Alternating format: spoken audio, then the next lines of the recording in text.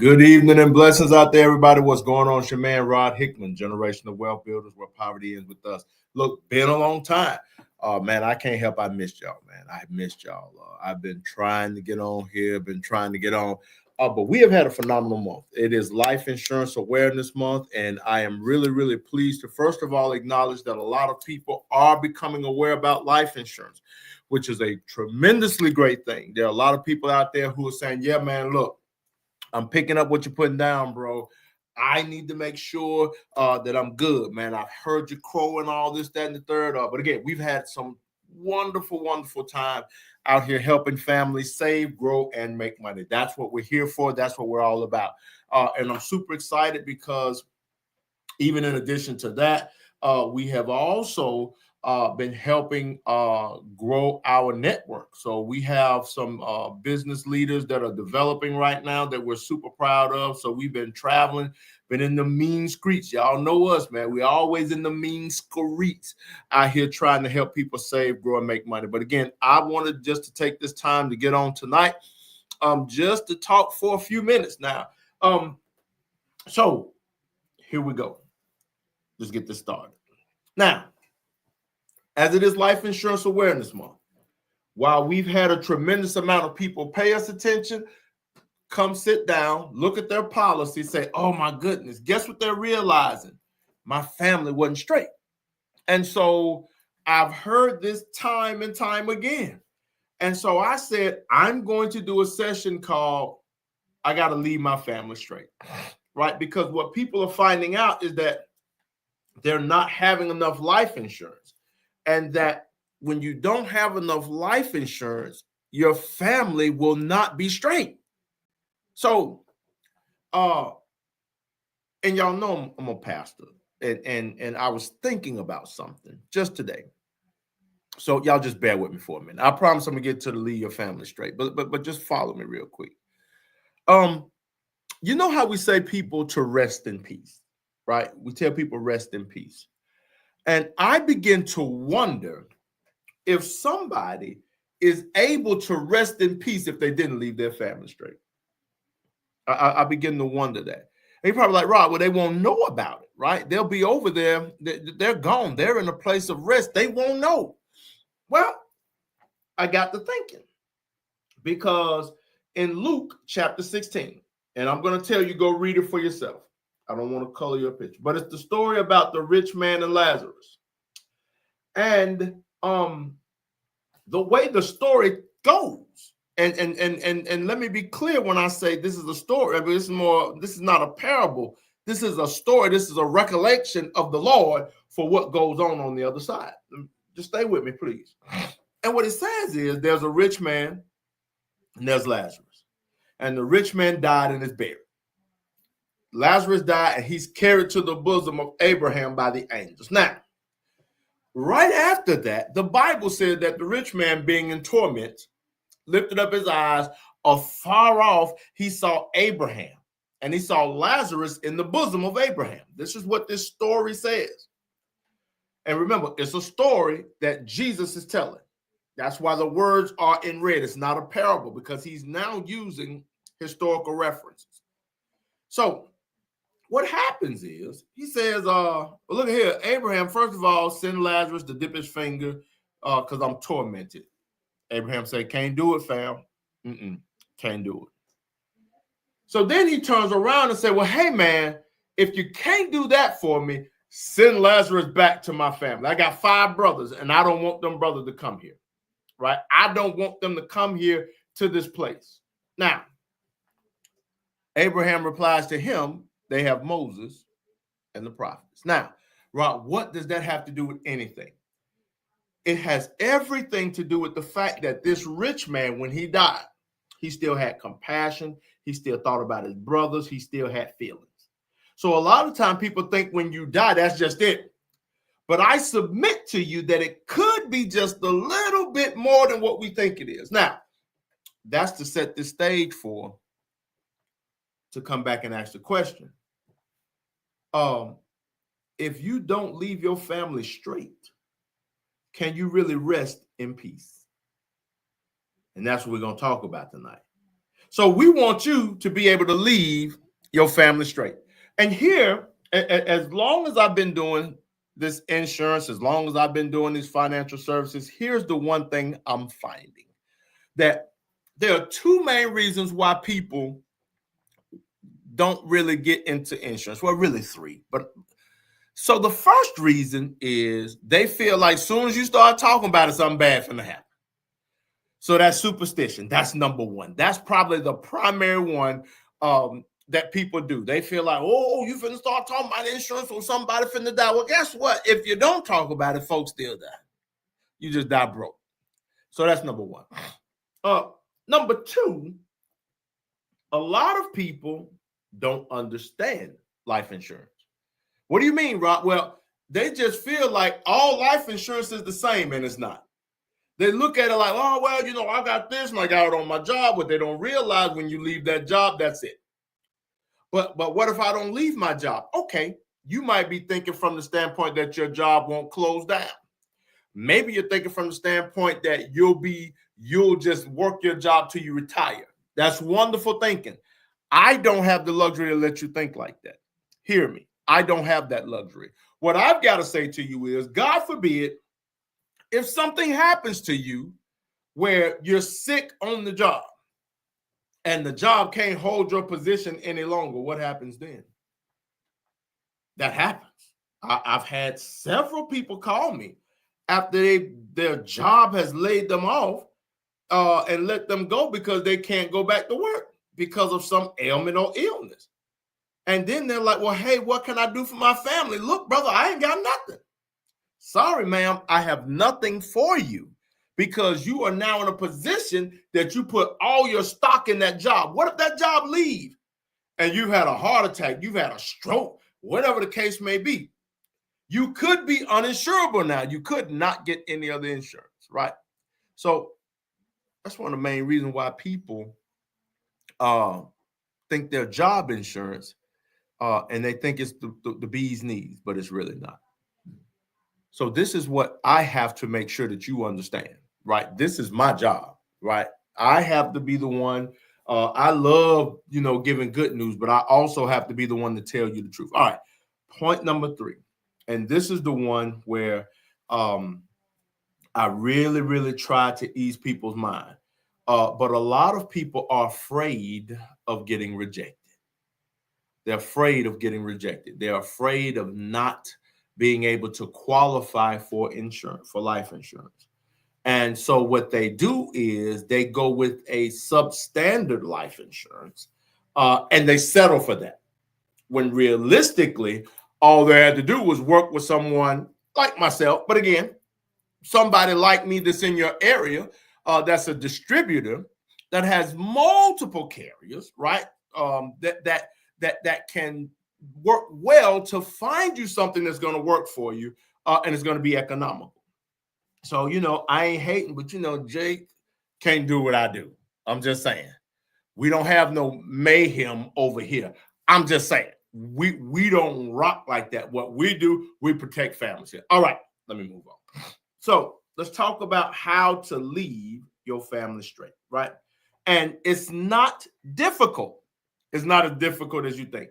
The very first thing you have to do to leave your family straight is this. You have to come to the realization that without you, your family would truly, truly suffer. And how much suffering do you want your family to endure? That's the first thing. If you've ever sat down on an appointment with me, I ask you these questions. How do you want your family to fare?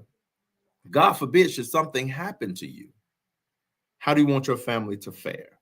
So that's a question. And I want you to think about that as you hear this, right? And again, put the answer in the chat, right? I'd love to see some of the answers that come from this, right? But put the answer in the chat. How do you want your family to fare should something happen to you? How much do you want them to suffer?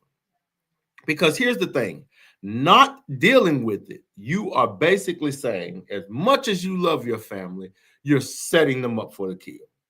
You're leading them as sheep to the slaughter. And no man, no woman should want that for their loved ones. Everyone should want to leave their family straight. Now, that's point number one. Point number two, you must know how much life insurance you need to leave behind in order to leave your family straight, man. You have to know that, right? Not the insurance agent. They listen, listen. Linda, please listen. If you have an agent that just tells you this is how much life insurance you need, but they don't ask you and show you how much you need or show you how to calculate it, run. Get on up and get off the scene, right? Because you should be able to explain to anyone how much life insurance you have and why you have that life insurance. If y'all have been following me, y'all know a couple of weeks back, I did my top 5 personal reasons why I have almost $2 million worth of life insurance on me. And guess what? I'm not done, right? I have it structured that at my next milestone, I'm going up by $1 million. You see what I'm saying? Because I'm all about generational wealth, right? I'm all about generational wealth. I will be the one where my family down the road would say, oh yeah, it was that Rod that made a decision that changed our family trajectory. All right, that's what I do. That's how much I love my family. All right, so let's get into it. So Rod, how do I know how much life insurance I need? Well, as you can see here from my trusty screen, hopefully you can see it, we have what's called the DIME model. Now, the DIME model is nothing more than a document where you can sit down and negotiate with your loved one along with the agent to see just how much life insurance you actually need, right? How much life insurance do you actually need? Now, we have a few categories that we look here. We're going to go through those, right? So the first one is debt.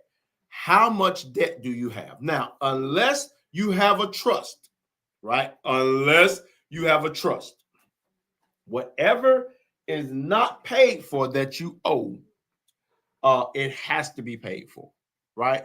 Your creditors can and most time will come after your estate, right? Especially when you start talking about loans, things of that nature. They are going to come after your estate.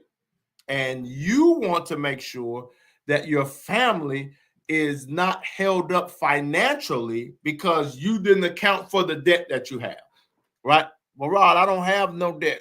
Okay. Well, let me ask this question. Are your vehicles paid off? Now, with the debt, we count everything else except the mortgage. Are your vehicles paid off? Because here's the thing. If your vehicles aren't paid off, think about it like this. You lose a loved one. They had a favorite vehicle. You can't pay for that vehicle. How you going to feel if they come and tow that vehicle away? How you going to feel if that vehicle come and get pulled away? Oh, that's going to be terrible. Because again, emotionally, you're looking like, that's my daddy's truck. I have my mama SUV, things of these nature. So this is why we want to make sure that you account for that on the upfront, right? So that's debt. And here's what I'll say, especially to my men, because I've heard enough of us say this. Well, my wife don't need as much insurance as I have because she don't make as much money. Fam, let me help you. That ain't the truth. You just told a lie. I don't want to get as much insurance on my wife, this, that, and other. Let me help you, brother.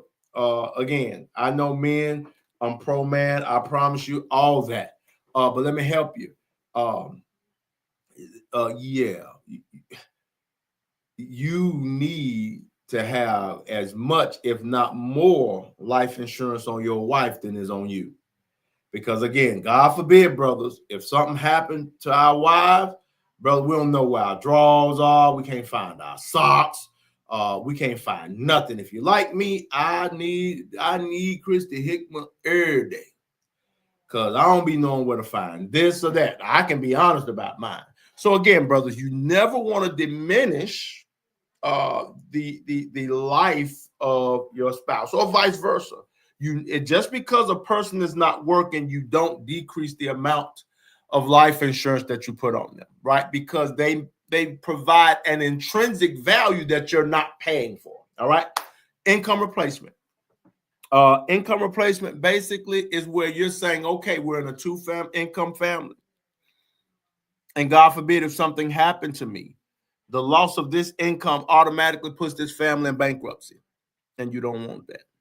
So what you're able to say is, God forbid if something happens to me, I want to leave behind 10, 15, 20 years of my income for my, and I'll leave behind 5 years for my wife. I got 5 children, so I'm going to leave a year for each one of my children. Whatever, however you want to do it, that is what it allows you to do. It allows you to be able to say, this is my income. I want to leave it behind. Now, if you are in a single income home, then God knows you need more life insurance. And so even with that single income, if the breadwinner is the only income, then at bare bone minimum, we need to have 15, 20 years of that income. And that's just reality. That's just reality. Roger's going to tell you the truth. That's all I'm going to tell you. And then the same thing, when my spouse don't work, again, you're going to need about 10, 15 years of your income. Whoever is working, 10, 15 years of your income is what you should have, right? So again, that's that. All right, mortgage, that's plain as day. You want to pay your house off. So whatever it takes to pay your house off, God forbid if you fell dead tomorrow, that's how much insurance you want to make sure that you have, right? Want to make sure you have that. Well, Rod, we rent. Okay, wonderful. Then guess what you can do? You are able to say, listen, I may not be able to make it to the mountaintop with you, but just in case I'm not able to, here's $300,000 for you to go furnish a house or do whatever. Here's $250,000. You can move wherever you want to go to and buy a house, whatever the case may be. You're able to literally say, here, go on, live our dreams, be great. You're able to do that. That's what the M stands for in that. The E stands for education. And you see there's a slash there because not everybody has children. And so the thing is, you may have children, but they may be out of school age. So what the education stands for, it says, well, hey, if you want to leave something behind for, let's just say, you want to create an educational fund for your grandkids. Okay, hey, when each one of my grandkids graduate, I want them to get $10,000 a piece. How many grandchildren do you have? I got 10. Okay, that's $100,000. Whatever. Okay, this is my great grandbaby, or this is my grandbaby, this is my niece, my nephew. I want them, if something happened to me, I want to pay for their college. Okay, then we just calculate about $150,000 and go on about our business, right? Or for each child, $150,000 per child. So whatever you want to do. Now, let's just say you're at a point where, our children are no longer school age. They're all out there on their own. Well, guess what? You want to leave some money behind specifically for your loved one to put toward their retirement, right? Because now they're going to be without you in their golden age. And so they're going to need to make sure that they have something set up. So should they need home health care, things of that nature, right? Should they need any of that right there, they can actually have that money, which doesn't come out of the budget. So that's what the income replacement represents. It represents the budget. So you don't want to pull money out the budget to put towards retirement. You just take that, bada boom, bada bing. You throw that into a fixed index annuity, and now your retirement is taken care of, right? That's how you leave your family straight. Now, if you got any questions, put them in the chat and I'll answer them. So here's what I'm going to say to you as I get ready to get up out of here, because I need y'all to see. And this is where a lot of y'all are going to balk and say, Rob, well, I got $100,000. I got $200,000 worth of insurance, so on, so on, so on, so on, so on. All right. But let's look at this, right? Let's just look at this. Let's say we have a family, and let's just say both of them are working, and both of them, as they're working together, let's say both of them making $50,000 a year, right? Now, just like I know, if they're making $50,000 a year, that means they're probably living closer to spending about $70,000 to $80,000 a year. What do I mean by that? That means the bills that they have are not on one check. Y'all get what I'm saying? The bills that they have cannot be sustained by one income. Most time, those bills are split between both salaries, right? So let's watch this. And this is, sadly to say, when I have to get in and help folks, right? And it's extremely difficult. So let's just say one of the income earner passes. What happens now? So now you have to have, and let's just say they got the insurance on the job and they're like, I got $100,000, right? So let's look at this, right? Let's go through this number very, very quickly. So the funeral is going to be anywhere from 10 to, let's just say, $15,000, right? Because, you know, kinfolk got to ride in the limo. They don't care nothing about none of that. They're going to ride in that limo. Repast, you got to fly people in, all this stuff here, right? So that's the funeral. What else? Oh, and matter of fact, now guess what? We're at 85,000, right? That's where we are with $100,000. You're at 85,000. What's next? They got to take a break. You're gonna have to get away. You're gonna need some time off work. Yes, because the job only gonna give you 3 days, right? So after those 3 days, most people are gonna take a trip. Let's just call it $5,000. That's being cheap, but let's just say it's $5,000, right? So guess what? Now we're at $80,000. $80,000. Now we're still in the first month. So $80,000. But guess what? Guess what never stopped coming in? Bills. Bills never stopped coming in. And let's just say you got light, gas, and water, car note, all this other stuff like that. Watch this. Even though that's a monthly bill, watch this. You don't have that other income bringing anything else into it. So let's just say, right? Let's just say, because I want to be fair. So if I said 70% of 100,000, that's $70,000. So if they're living off $70,000, so 70,000 divided by 12 means their bills are about $5,800 a month, right? So call it almost $6,000, right? Let's just say that. We'll throw everything in there. I'm gonna be nice and throw everything in there, right? Because that's a car note, that's rent, that's everything like that, right? So now this comes up. Now what you're gonna do? Now you're down to 70 something thousand dollars. Let's just do it like this: equal that minus this. Now you're down to 74. And guess what? That's gonna happen again and again and again. So let's just say if we divide this by this, that's only a year of your expenses, right? And this is being extremely disciplined, right? So literally what we're saying here is if this person passed and all they have is $100,000, that's really only a year of your income, a year of living, right? That is not enough. Because now what's going to happen after this year, guess what you're going to have to start doing? Why? You got to start downsizing because you didn't pay for the truck. If you're renting, right, you know there's no equity there, so you shout. If you have a mortgage, there may be some equity there, but if you've been late, guess what? You can't pull the equity out because they need to have a year where you ain't been late on the payment. And so now, all of a sudden, what's happening? Now, all of a sudden, a year later, you're still grieving, and now, all of a sudden, this is what's going to start happening to your family. And folks, I hate to say it, but, you know, again, I got to keep it real with you. This is what happened far too often. And like I said, as I said from the beginning, it's hard for somebody to rest in peace when the ones you say you love the most, you left them hanging. It's hard.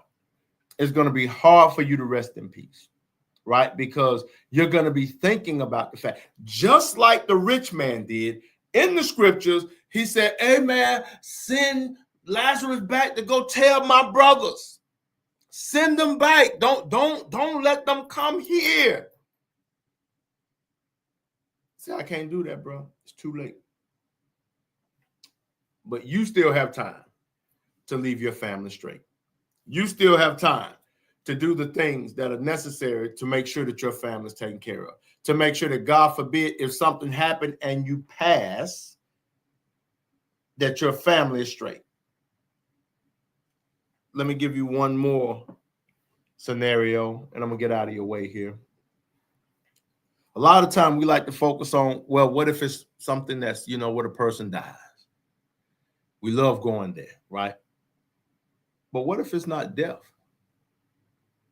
What if somebody gets a diagnosis? What if somebody have a stroke and can't take care of themselves? They're still an income earner. Their life insurance ain't going to kick in because they're still alive. What you going to do? We're going to pull from my 401k. Ooh. Is that enough to take care of them? It's just like the same $100,000 we just did. That's only putting a Band-Aid on it. That is not resolving the issue. So, Rob, why are you saying this? I'm saying this because this is the primary reason why we have so many clients now coming from other carriers, because they don't have the living benefits. They have life insurance, but their life insurance does not have what's known as the accelerated death benefit rider, which means that if you're diagnosed with a critical, chronic, or terminal illness or injury, you can get up to 80% of that death benefit while you're still alive. And so when they see that, they're like, wait a minute, hold on. Do I have to pay it back? No, you don't have to pay it back. It's what our carriers say to you that, hey, we're here to protect your life. We're not death insurance. We're life insurance. And we want to make sure that you're able to leave your family straight, man. So here it is. God forbid you get sick. What happens? If you got $100,000 policy, guess what? Ain't much going to happen. But you can get up to $80,000 up front. That'll stop the bleeding a little bit. This is why when I sit down with families and couples, I clearly and articulately tell them, bro, you need at least $1 million on you. Sis, you need at least $1 million on you. Why is that? Because you never know what's going to happen. You don't know if you'll be sitting at the stoplight. And the way these crazy folk are now, they're driving, running from the police. They run right head on into your car. You ain't did nothing wrong. But now you wake up in the hospital room in ICU. What's going to happen? How your bill's going to be taken care of. See, that's what life insurance does. That's what our life insurance does. And that's what people are waking up to. They're like, wait a minute. Oh, Jake can't give me this. That deep voice brother with Mayhem can't give me this. But that's what we're able to do. And we educate our clients about why they need and what they need. And then it fits right within their budget. That's what we're able to do. So with that being said, I know y'all like, man, this was doom and gloom, bro. I pray it wasn't. I hope that what you heard was my heart. And I hope that you realize that past anything else, I hope you looked at your loved ones. Just go look at them and say, I got to leave them straight, man. I got to leave my family straight. I cannot leave my family out here hanging for somebody else to have to come in and take over. I can't do that. And so for the rest of the month, that's what we're doing. We're running the campaign of leave your family straight, man. On social media, that's all you're going to really hear me saying, leave your family straight, man.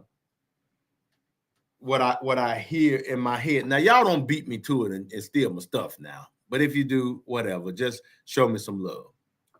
But y'all remember on Martin, that episode when they was in the court and they started talking about keep the lie alive, keep the lie alive. Yeah, you remember start doing that? All I'm saying is leave your family straight, man. Leave your family straight, ma'am. Leave your family straight. if you love them, you'll leave them straight. I just can't get over the fact that you won't be able to rest in peace if you don't leave your family straight. God forbid if you have a stroke or whatever happens and you can't do what you used to do to take care of your family. How many of you know that a life insurance policy will help you? Our life insurance policies can help you, that even though you're down, you still left your family straight, man, because you got money coming in. And now that person can take off work and make sure you're straight. That's what happens. Why do people insist on not taking care and saying these things and doing these things? Why? And then we want to go to the church and be like, Pastor, can the church take care of me? Let me help you. As a pastor, now, I might not be as nice as your pastor. Matter of fact, I know I'm not nice as your pastor. But I'm going to tell you what your pastor thinking and what your nice pastor won't tell you. When you go to that church and like, Pastor, can you help her? They like, man, and all you gave her was them folded up dollars, you better get out of here. Church ain't got the money to be taking care of everybody's household like that. It does not.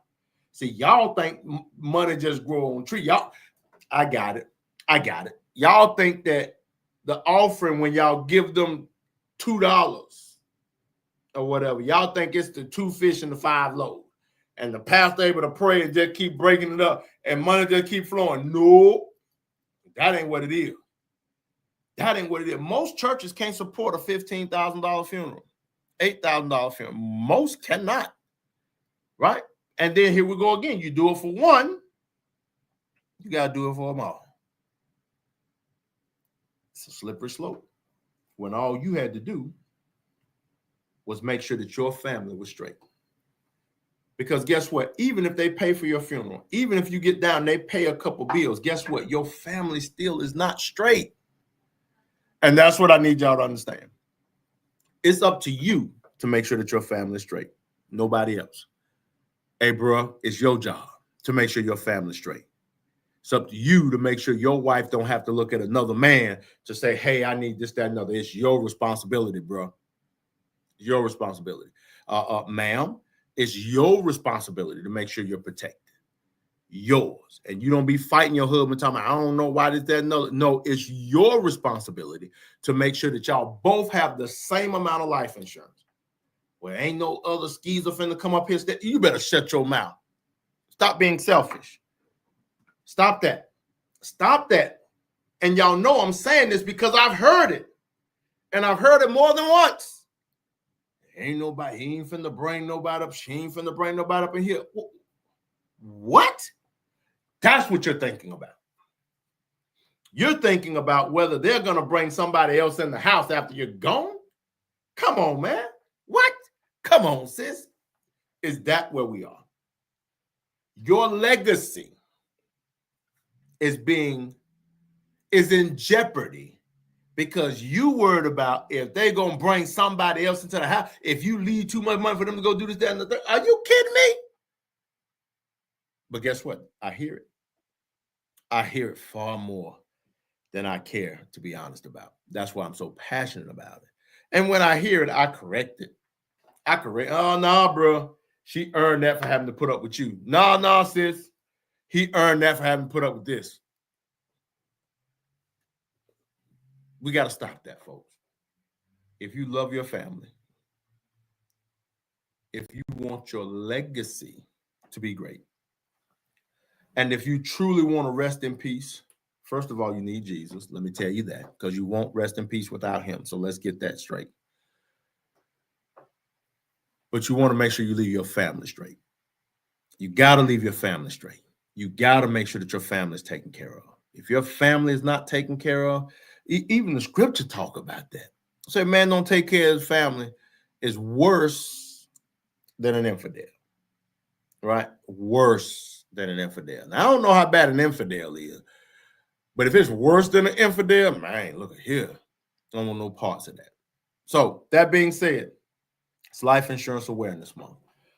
We are excited to be able to help families, right? We offer free consultations, right? We will help you. We will basically make sure that you have exactly what you need. Our job is not to fleece your pockets, man. That's not what we're here for. Because, like I say, what I'm going to make sure of is by the time you leave here, you're going to be able to tell me and everybody else how much life insurance you need. That's what I need you to do. I need you to be able to know how much life insurance you need, so that when you know how much life insurance you need, you won't be lulled to sleep by somebody else who say, well, man, that's too much life insurance. You'll know, and your family will know. And the love that they'll have for you, for everything that you've done for them, they'll do it in your honor.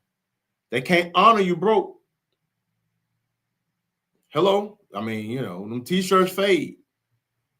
Them little balloon releases, they stop doing them, right? They don't honor you when they broke, because what's there to honor, right? Memories, the memories fade fast. But the memories seem to hang around just a little while longer when they know that, you know what, my daddy made sure we were taken care of.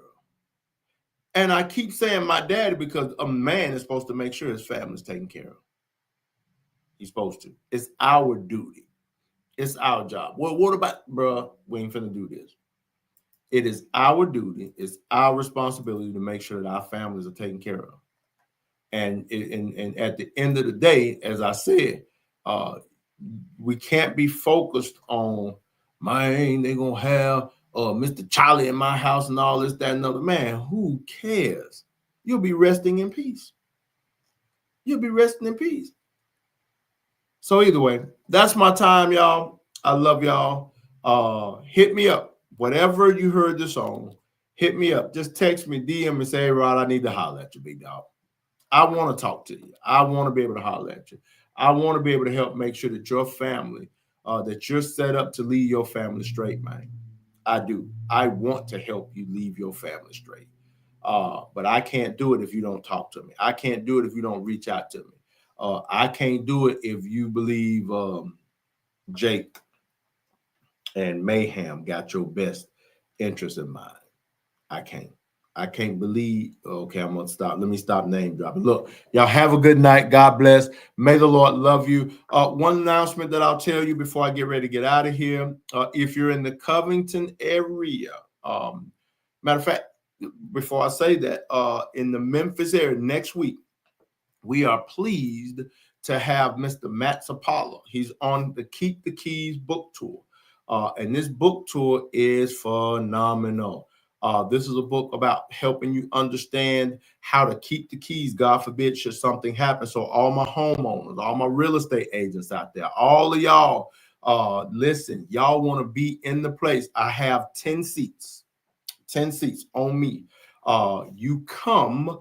We're going to make sure you get a book so that you'll get an opportunity to get it signed by Mr. Matt Sapala, the money smart guy himself. So again, we want you to be able to have that exposure. Again, this gentleman has helped me and my wife get us to the point now where our business and our profit margin has doubled, looking at triple. So again, it's about proximity. And we're so blessed to be able to have him to come to the Memphis area.